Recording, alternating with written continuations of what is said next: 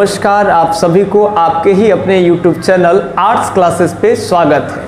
ये चैनल बिल्कुल आपके लिए एकदम नया खोला गया है, क्योंकि अक्सर बच्चे के प्रॉब्लम क्या होते हैं कि जब वो एनसीईआरटी बुक पढ़ते हैं तो हिस्ट्री पढ़ने जाते हैं तो उनको एक ही चैनल पे सारे कंटेंट जो है चैप्टर वाइज तरीके से नहीं मिल पाते हैं। हमारा ही पहले एक चैनल था भारतीय आर्ट्स क्लासेस, वहाँ ही हम तरह तरह के कभी शॉर्ट वीडियो डालते थे तो कभी लॉन्ग डालते थे, लेकिन ये चैनल उन विद्यार्थियों के लिए है जो अपने बुक को रखते हैं और सेल्फ स्टडी कर करके खुद नोट्स बनाने की कोशिश भी करते हैं। और वैसे जो स्टडी करने वाले बच्चे हैं ना, उनके लिए ये चैनल बिल्कुल न्यू ओपन किया गया है और इस चैनल को आप सबका प्यार, आशीर्वाद, सपोर्ट का बहुत अभी शुरुआती में जरूरत है।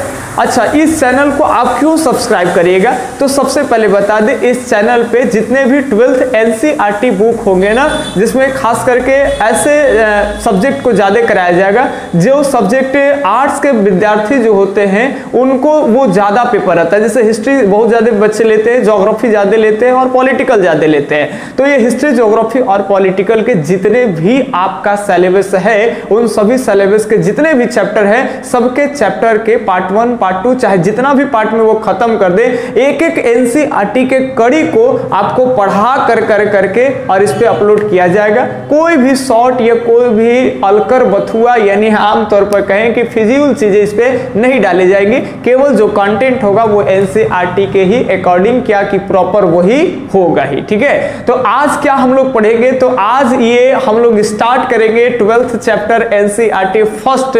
और याद रखेंगे, ये जो आपका चैप्टर है ये ईंटे, मनके तथा अस्थियां है, हड़प्पा सभ्यता। तो सबसे पहले चलिए आज हम आप पढ़ाए आपको, और जब आप पढ़ेंगे अच्छा लगेगा तब तो सब्सक्राइब करिए। कंटेंट तो बहुत मिल जाए, लेकिन टीचर ही बढ़िया नहीं मिल पाए, समझा ही नहीं पाए कोई हमको, तो फिर आप क्यों सब्सक्राइब करिएगा, है ना? तो चलिए, सबसे पहले आप 12th बुक जैसे ही निकालेंगे आपको वहां समझने के लिए आएगा हड़प्पाई मोहर के बारे में कि हड़प्पा के मोहरे क्या है। सबसे पहले मोहरे की कुछ खास बात आपको बता दें, इंपॉर्टेंट समझ में आए तो इसके बारे में पढ़ना आपके लिए थोड़ा सा बेहद आसान हो जाएगा। देखिए, मोहरे क्या होते थे कि जब भी आदान प्रदान होता था, व्यापारी लोग इसका ज्यादा प्रयोग करता था, व्यापारियों के पास अक्सर मोहरे होते थे। ठीक है, जैसे मान लेते हैं कि आपको एक थैला दे दिया जाए और उस थैलों को एक जगह से दूसरे जगह पहुंचाने के लिए कह दिया जाए, और दूसरे जगह पहुंचाएंगे। अगर थैला रस्सी से बंधा हुआ है और बीच में कोई रस्सी खोल के थैले में से कोई सामान निकाल लिया जाए, यानी थैले के साथ छेड़छाड़ हो जाए, इसकी पुष्टि कैसे हो पाएगी? तो व्यापारी लोग बड़ा चतुर थे, वो क्या करते थे, थैले के ऊपर में मिट्टी को गीला करके उस पर लगा देते थे और उसी पे क्या करते थे, अपना एक मोहर का धब्बा लगा देते थे। और जैसे अगले आदमी तक, गंतव्य स्थान तक जब वो पहुंचता था और जैसे उसके मोहरे जो है उसी अवस्था में नहीं होती थी, तो पता चलता था, ये माने तय किया जाता था कि जरूर इस थैले के साथ छेड़छाड़ किया गया हो। अगर बिल्कुल ठीक तरह से मोहरों का निशान होता था तो लगता था कि ये जो थैला है इसके साथ कहीं भी रास्ते में छेड़छाड़ नहीं की गई है। तो यहां पर भी होते थे, अलग अलग व्यापारियों के पास में भी मोहरे हुए थे। अब यहाँ जो मोहरे पढ़ना है, ध्यान सुनेंगे, जब आप बुक निकालोगे तो यहाँ पे आपको मोहरे मिलेंगे। ये एक जानवर का चित्र है, आपके बुक में होगा। जानकारी के लिए बता दें कि पूरे हड़प्पा के बारे में अगर बात कर ले तो यहाँ सबसे ऊपर में मांडा मिलता है जम्मू कश्मीर में, और सबसे हड़प्पा का लास्ट जो पश्चिम वाला भाग है बलूचिस्तान में पड़ता है, ये आपका सूतकांगे डोर है। और ये महाराष्ट्र में जो पड़ता है इसको दैमाबाद कहते हैं, और उत्तर प्रदेश में जो पड़ता है ये आलमगीरपुर है। ठीक है, तो ये आलमगीरपुर, मांडा, दैमाबाद और ये पश्चिमी जो भाग है ये है सूतकांगे डोर। तो ऐसे लगभग देखते हैं तो ये त्रिभुजाकार जो टाइप का जो है ये आकृति जो है वो बनता है। हड़प्पा सभ्यता का आकार भी पूछ लिया जाता है 12th में, कैसा हो, तो लगभग त्रिभुजाकार है। ठीक है, याद रखेंगे। अफगानिस्तान के क्षेत्रों में भी 2 स्थल मिले हैं। भारत के बात कर ले तो भारत के पास सबसे ज्यादा स्थल प्राप्त हुए हैं, लगभग जो है कि 975 से भी प्लस स्थल जो है वो भारत में मिले हैं। याद रखेंगे 425 के आसपास में वो पाकिस्तान में। टोटल अभी के बात कर ले तो इसे 1400 प्लस 1500-1600 के आसपास में स्थल की खुदाई हो गई है। और ये जो क्षेत्रफल है, आप पहले इसके बारे में भी फिर हम लोग बेसिक पढ़ाएंगे कि किस तरह से जो हड़प्पा सभ्यता पढ़ते हैं, इतनी बड़ी सभ्यता था, इतनी बड़ी सभ्यता था कि इसके समकालीन में, इसी के समय में इधर के साइड में जब हम लोग पश्चिम की ओर, उत्तर पश्चिम की ओर जाएंगे तो पहले इराक, ईरान के क्षेत्र में, इराक के क्षेत्र में आपको मिलेगा दजला जफरात की सभ्यता, ठीक है, तो उसको मेसोपोटामिया की सभ्यता भी कहते हैं। उसके और पश्चिम की ओर जाएंगे तो वही अफ्रीका के कॉर्नर में एकदम मिलेगा, ऊपर में नील नदी के किनारे मिस्र की सभ्यता। तो मिस्र की सभ्यता और मेसोपोटामिया की सभ्यता जब दोनों को जोड़ देते थे ना, उससे भी 10 से 12 गुना बड़ी सभ्यता जो था वो अपना हड़प्पा का सभ्यता था। आज से 46-47 वर्ष पहले ये मुहरे का प्रचलन होता था, और जो मुहरे प्राप्त हुए हैं वो कैसे मुहरे हैं, तो इस मुहरे के बारे में आपको पढ़ना है। देखिए इन मुहरे में तरह तरह के जानवर, सबसे पहले इन मुहरे के बारे में बता दे तो ये जो मुहरे होते थे वो सेल खड़ी का बना होता था। मुहरे किसके बने होते थे? सेल खड़ी। एक एक बात याद रखेंगे, सारा जो पॉइंट्स होगा आपके एग्जाम पॉइंट ऑफ व्यू से बहुत इंपॉर्टेंट होगा। याद रखेंगे किसके बने होते थे? सेल खड़ी के। ये सेल खड़ी क्या है भाई? क्या लकड़ी है, कोयला है, लोहा है? तो याद रखेंगे सेल खड़ी एक पत्थर था। सेल खड़ी एक क्या था? पत्थर था, और वो भी पत्थर कठोर पत्थर नहीं था, बहुत ज्यादा कठोर पत्थर नहीं था, ये नरम पत्थर था। याद रखेंगे कैसा स्टोन था जी? तो नरम पत्थर होते थे। और आपको जानकारी के लिए बता दे कि ये जो मुहरे हैं इसमें जो ये जानवर आप देख रहे हैं, ये जो जानवर है इसको कहते हैं यूनिकॉर्न। याद रखेंगे क्या कहते हैं? तो यूनिकॉर्न कहते हैं। यूनिकॉर्न जिसको हिंदी में याद रखना है एक सिंग वाला जानवर कहा गया है। यूनिकॉर्न को क्या कहते हैं भैया? एक सिंग वाला जानवर कहते हैं। जानकारी के लिए बता दे कि यही जानवर भारत में पाई हुई नहीं जाती है, ये विश्व में कहीं भी ये जानवर नहीं पाई जाती है। तो आखिर यहां पे कैसे? ध्यान से सुनेंगे। सबसे पहले बता दे कि भारत में जितने भी मुहरे मिले हैं उस पे कई आपको ऐसे भी चित्र मिलेंगे जहां एक वृषभ का होगा। वृषभ यानी बैल, समझ रहे बात ना? ऑक्स, ऑक्स मैंने बैल पढ़े हो ना गुड इंग्लिश में बचपन में, तो याद रखेंगे। तो ऑक्स मींस जो बैल होता है, तो बैल का भी चित्र यहां पे कई जगह पे आपको मिलेंगे। लेकिन ज्यादातर जितने भी पूरे हड़प्पा में जो मुहरे मिले हैं, चाहे वो मोहनजोदारो से हड़प्पा से, यानी जितने भी स्थल से बरामद हुए हैं ना ये मुहरे, तो उन मुहरे में ज्यादातर जो जानवर हैं वो ये जानवर है, इसको कहते हैं यूनिकॉर्न, यानी याद रखेंगे एक सिंग वाला जानवर। एक सिंग वाला जानवर। आप एक फिल्म देखे हो मोहनजोदारो? मोहनजोदारो ऋतिक रोशन का फिल्म है, बड़ा बढ़िया है। उसमें देखिएगा कि ऋतिक रोशन को एक स्वप्न आता है, एक सपना आता है, और सपने में वो सफेद टाइप का एक जानवर देखता है। वो जानवर कोई और नहीं यही है, लेकिन फाइनल वाक्य में जानवर होता नहीं था, तो ये काल्पनिक टाइप का है। अब ये जानवर और कहां मिले हैं? तो चीन के सिविलाइजेशन के बारे में जब स्टडी करते हैं तो वहां भी इसी तरह के कुछ जानवरों के बारे में उल्लेख मिलता है। जब इसके अलावा जब क्रीट के सभ्यता, जब ईरान के साइड में जो क्रीट के सभ्यता है वो क्रीट सिविलाइजेशन जब पढ़ेंगे तो वहां भी ये जानवर की कल्पना है। यानी हम आमतौर पर बोल सकते हैं कि हमारे पुराने के पुराने एकदम जो किस्से कहानियां हैं उसमें इस तरह के जानवरों की चर्चा चलती है। एक सिंग, इसका एक सिंग हो, ठीक है, इसको क्या कहते हैं? यूनिकॉर्न कहते हैं इंग्लिश में। अब ध्यान सुनेंगे, ये जो आपको मुहरे एनसीईआरटी में दिखाए गए हैं वो तरह तरह के, देखिए बहुत सारा हम आपको मुहरे दिखा रहे हैं, ठीक है। किसी में वृषभ भी है तो किसी में यूनिकॉर्न भी है, लेकिन 75% जो मुहरे हैं, याद रखेंगे कितने प्रतिशत मुहरे? तो 75% जो मुहरे हैं उसमें ज्यादातर कौन जानवर है? तो यही यूनिकॉर्न है, एक सिंग वाला जानवर। ये मुहरे बने किसके होते थे? तो ये मुहरे सेल खड़ी के बने होते थे, जो कि एक नरम पत्थर है। अब ध्यान से समझिएगा बात को, इस पिक्चर को देखिए और इसको समझिए। ये जो जानवर के ये जो देख रहे हैं ये सिंग को हम दर्शाने का काम किए हैं, ये ठीक है। और यहाँ पे जो इस तरह से जो डिजाइन आपको मिल रहे हैं, ये डिजाइन हुजाइन कुछ नहीं है। इस समय लिपि जो चलता था वो चित्रात्मक चलता था। कोई भी है उसको चित्र बना कर करके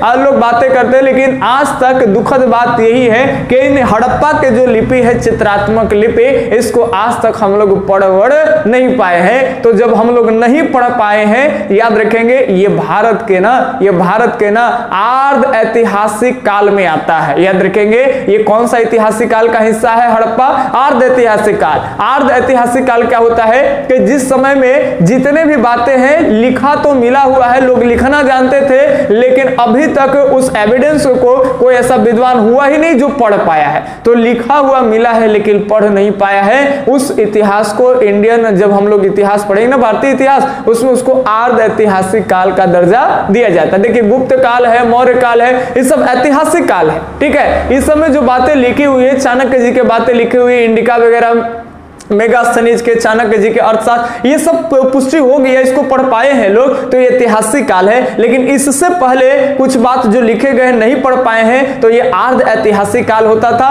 और अर्ध ऐतिहासिक काल के पहले तो खैर चर्चा ही नहीं, चूंकि लोग आदि मानव ये सब लिखना नहीं जानता था। ठीक है, पाषाण काल में पत्थरों का समय होता था, पत्थरों से ही उसका दिनचर्या चलता था। जानवर को मारेगा, पत्थर फेंक फाक के शिकार बेकार करेगा, ठीक है, पत्थरों के गुफा उफा बना करके रहेगा। उस समय पढ़ते लिखते नहीं थे, समझ रहे बात को, लेकिन इस समय पढ़ते थे। ऐतिहासिक काल है लेकिन लिखल है, पढ़े नहीं, हम लोग नहीं पढ़ पाए हैं, तो ये अधूरा रह गया, इसको अर्ध ऐतिहासिक काल कहते हैं। तो ये जो ये देख रहे हैं, ये चित्रात्मक लिपि है, मुहरे के ऊपर में है, और ये चित्रात्मक लिपि को आज तक पढ़ नहीं पाए हैं। तो ये पहले मुहर को समझ लेंगे। ऊपर में ये चित्रात्मक क्या है जी, तो ये लिपि है। ये जो जानवर है ये एक सिंग वाला जानवर है, इसको अंग्रेजी में यूनिकॉर्न कहते हैं, हिंदी में एक सिंग वाला जानवर कह सकते हैं। और यहाँ ये जो आप देख रहे हैं ये संभवतः कह सकते हैं, चूंकि ये अनुमान लगाया जाता है, संभावना व्यक्त किया जाता है, काहे कि इसके बारे में कोई हम लोग को जितने भी एविडेंस मिले हैं लिखे हुए, उसको हम लोग पढ़ नहीं पाए हैं। तो जितने भी वस्तुएं हैं, खंडर हैं, ठीक है, इनके जो अवशेष मिले हैं, चाहे आवासों के अवशेष हो, चाहे गहने पहने हुए जो अस्थियां वगैरह ये सब मिले हैं, तो गहने हो, अस्थियां हो, इन सभी चीजों को, वस्तुओं को, आवासों को देख कर करके और विद्वान लोग जो है संभावना व्यक्त करते हैं। तो ये याद रखेंगे। हालांकि जानकारी के बारे में बात कर लें तो कुछ जो पुरातात्विक स्रोत और अभिलेख होते हैं जो हड़प्पा से संबंधित है, तो उसी से हम लोगों को इसके बारे में जानकारी मिलता है। तो विद्वान लोग इसको देख कर करके मुहर के बीच में जो ये मुहर के ये जानवर के मुंह के पास में जो होता था, इसको देख करके इतिहासकार लोग ये अनुमान लगाए हैं कि ये क्या है, तो ये नाद हो सकता है। ये क्या हो सकता है जी, नाद। नाद समझते होंगे आप लोग, गांव में इसको कहते हैं। नाद का मतलब होता है कि जिसमें हम लोग जानवर को चारा देते हैं, जानवर को खिलाने के लिए चारा जिसमें हम लोग देते हैं, तो वो जो जगह होता है उसी को क्या कहते हैं, नाद कहते हैं। और इतिहासकार इस तरह का जो चित्र में याद रखना है आपको कि जो चित्र में मुहर में जो चित्र मिला है, इसको इतिहासकार क्या कहते हैं, पुरातात्विक लोग तो नाद कहते हैं। संभवतः ये क्या होंगे, तो नाद होंगे, जहां चारा खाएंगे और पानी पिएंगे। ठीक है, तो ये इस तरह का है। लेकिन एक इंपॉर्टेंट बात याद रखना है आपको, क्या कि ये सेल खड़ी का बना ये तो मुहर है, लेकिन जितने भी इसमें जो जानवर होते थे,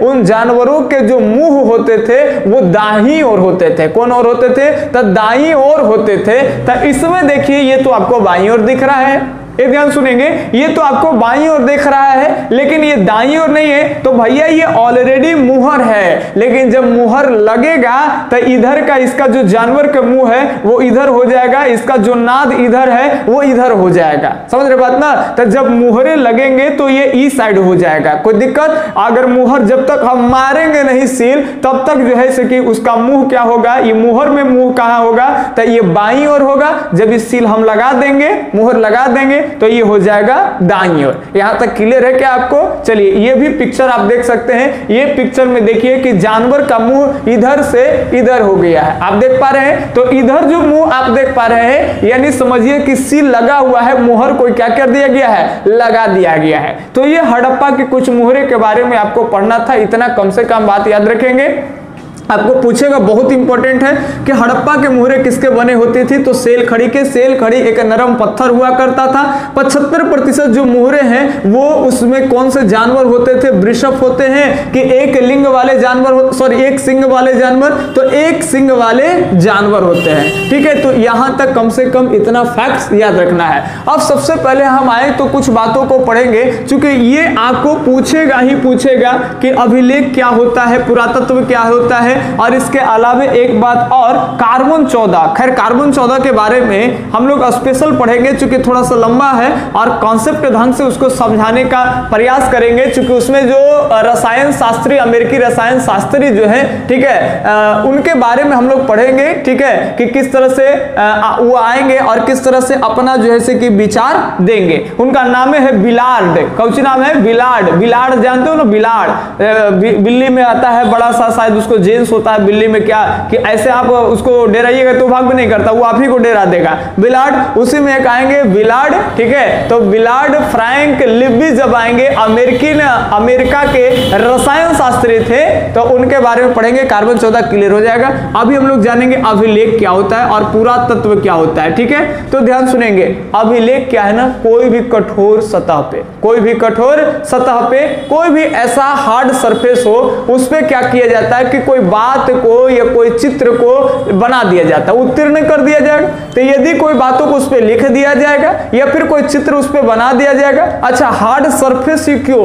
तो वो इसलिए क्योंकि वो ज्यादा लॉन्ग टाइम तक चल पाएगा। जैसे बड़े पत्थर है और पत्थर का लाइफ तो लंबे समय तक रहेगा, और उसमें कोई बात लिख दिए या फिर चित्र बना दिए तो वही क्या हो गया, तो अभिलेख हो गया, इंस्क्रिप्शन हो गया, ठीक है। चलिए ध्यान से सुनेंगे। लेकिन अगर कोई भी सिक्के हो या कोई भी चट्टान हो, अगर ये लिखे हुए मिले हैं उसको अभिलेख कहेंगे। लेकिन अब धीरे धीरे ये क्या हो गया, मकान हो या फिर लोगों के औजार हो, ये सारा कुछ क्या हो गया कि नीचे दफन हो गया और ऊपर धूल कण जमते जमते जमते जमते एक टिल्हा बन गया, तो ये नीचे क्या हो गया, दफन हो गया। तो जब खनन करके खुदाई कर करके जब हम इसको निकालेंगे तब ये कहलाएगा पुरातत्व। तो देखिए अभिलेख भी पुरातत्व में शामिल हो जाएंगे। जितने भी सिक्के आएंगे, खंडर आएंगे, ठीक है, स्मारक आएंगे, ये सब किस में आ जाएगा, पुरातत्व में आ जाएगा। तो देखिए खुदाई कर करके, खनन कर करके पृथ्वी के गर्भ से छिपी हुई जो वस्तुएं होते हैं उसको निकालते हैं। जो पुराने समय के हम लोगों को कालखंड के बारे में जानकारी के लिए बड़ा इंपॉर्टेंट सोर्स माना जाएगा,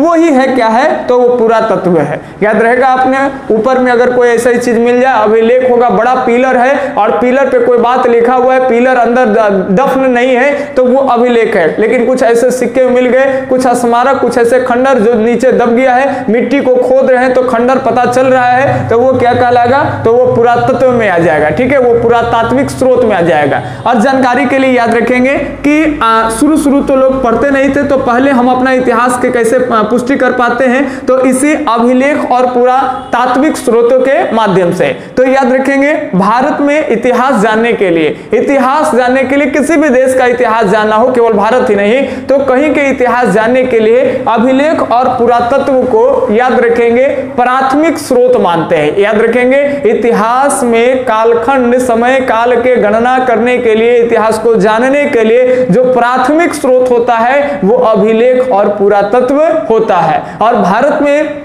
याद रखेंगे ASI यानी आर्कियोलॉजिकल सर्वे ऑफ इंडिया के स्थापना की गई, और पहले जो इसके डायरेक्टर जनरल बने थे वो अलेक्जेंडर कनिंघम थे। याद रखेंगे अलेक्जेंडर कनिंघम थे, तो ये आपको याद रखना है। अलेक्जेंडर कनिंघम भारतीय पहले जो है भारतीय पुरातत्व विभाग के क्या है, तो ये डायरेक्टर थे, ठीक है, ये आपको याद रखना है। आगे हम लोग फिर लाएंगे, देखिए एक ही वीडियो पढ़ाएंगे, लंबा हो जाएगा, कई लोग नहीं देख पाते, इसलिए 15 मिनट 16 मिनट मैक्सिमम 20 मिनट तक का हमारा वीडियो होगा, और उसमें एक एक चीज को हम ये दर्शाएंगे। अगर आपको ये चीजें मोहरे के बारे में पूरी जानकारी अगर हो गई, कहीं अगर हमसे पॉइंट अगर छूटा भी होगा, क्योंकि हमारे पास फैक्ट्स बहुत ज्यादा होता है, अगर कोई फैक्ट्स बताने में अगर आज छूट गया है तो अगले पार्ट में डील कर लेंगे, क्योंकि हम तो पार्ट 1 पार्ट 2 पार्ट 3 लाते ही रहेंगे और आपके साथ जुड़े ही रहेंगे। शायद अगर आपको नहीं जुड़ना है तो वो अलग बात है, ठीक है। तो ये याद रखेंगे, अगर किसी तरह का आपका भी कुछ ऐसा सजेशन हो तो प्लीज हमें सजेस्ट करिए, क्योंकि ये चैनल स्पेशल आपके लिए ही बनाए हैं।